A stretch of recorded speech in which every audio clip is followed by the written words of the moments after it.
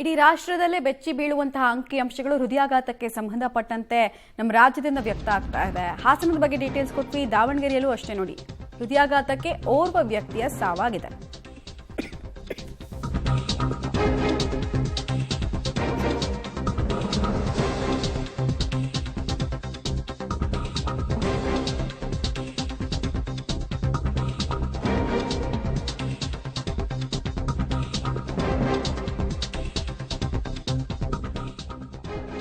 ದಾವಣಗೆರೆಯಲ್ಲಿ ಹೃದಯಾಘಾತಕ್ಕೆ ಓರ್ವ ವ್ಯಕ್ತಿಯ ಸಾವಾಗಿದೆ.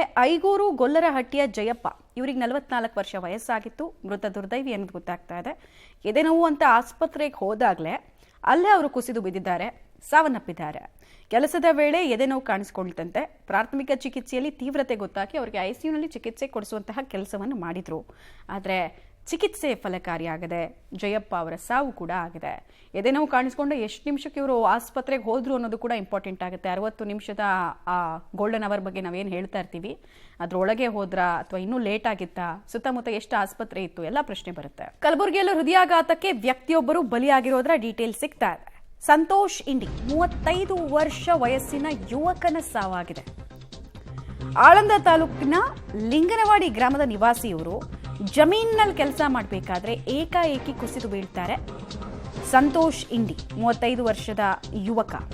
ಸ್ಥಳೀಯ ಆಸ್ಪತ್ರೆಗೆ ಕೂಡಲೇ ಅವ್ರನ್ನ ಕರ್ಕೊಂಡು ಹೋಗೋ ಕೆಲಸ ಆಗುತ್ತೆ. ಬಟ್ ಆಸ್ಪತ್ರೆಗೆ ಕರ್ಕೊಂಡು ಬರೋಕ್ಕೂ ಮುಂಚೆನೆ ಬ್ರಾಡ್ ಡೆತ್ ಅಂತ ಡಿಕ್ಲೇರ್ ಮಾಡಿದ್ದಾರೆ ವೈದ್ಯರು ಅನ್ನೋದು ಗೊತ್ತಾಗ್ತಾ ಇದೆ. ಸೊ ಸಾವಿನ ಅನಾಹುತದ ಸರಣಿ ಮುಂದುವರಿತಾ ಇದೆ.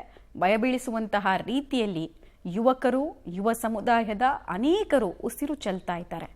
ಪ್ಯಾಟ್ರನ್ ನಾವು ಆರಂಭದಿಂದ ಕೂಡ ಮೆನ್ಷನ್ ಮಾಡ್ತಾ ಇದ್ವಿ, ತುಂಬ ಇಂಪಾರ್ಟೆಂಟ್ ಆಗುತ್ತೆ. ಹೆಲ್ತ್ ಡಿಸೀಸ್ ಇಲ್ದಿದ್ದವ್ರಿಗೂ ಕೂಡ, ಹಾರ್ಟ್ ಡಿಸೀಸ್ ಇಲ್ದಿದ್ದವ್ರಿಗೂ ಕೂಡ ಸಾವನ್ನಪ್ಪುವಂತಹ ಕತೆಗಳು ನೋಡ್ತಾ ಇದ್ದೀವಿ. ಹೆಲ್ತ್ ಹಿಸ್ಟ್ರಿ ಚೆನ್ನಾಗೇ ಇರುತ್ತೆ, ಆದರೂ ಏಕಾಏಕಿ ಕುಸಿದು ಬೀಳುವಂತಹ ವ್ಯಕ್ತಿಗಳ ಸಂಖ್ಯೆನ ನೋಡ್ತಾ ಇದ್ದೀವಿ. ಸರ್ಕಾರ ಏನೋ ತನಿಖೆನ ಮಾಡ್ತೀವಿ ಅಂತ ಅಂತಿದೆ. ಬಟ್ ಆ ರಿಪೋರ್ಟ್ ಬರೋಷ್ಟೊತ್ತಿಗೆ ಇನ್ನೂ ಎಷ್ಟು ಜನ ಉಸಿರು ಚೆಲ್ತಾರೋ ಅನ್ನುವಂತಹ ಭಯ ಪ್ರತಿಯೊಬ್ಬರಲ್ಲೂ ಕೂಡ ಆವರಿಸಿದೆ.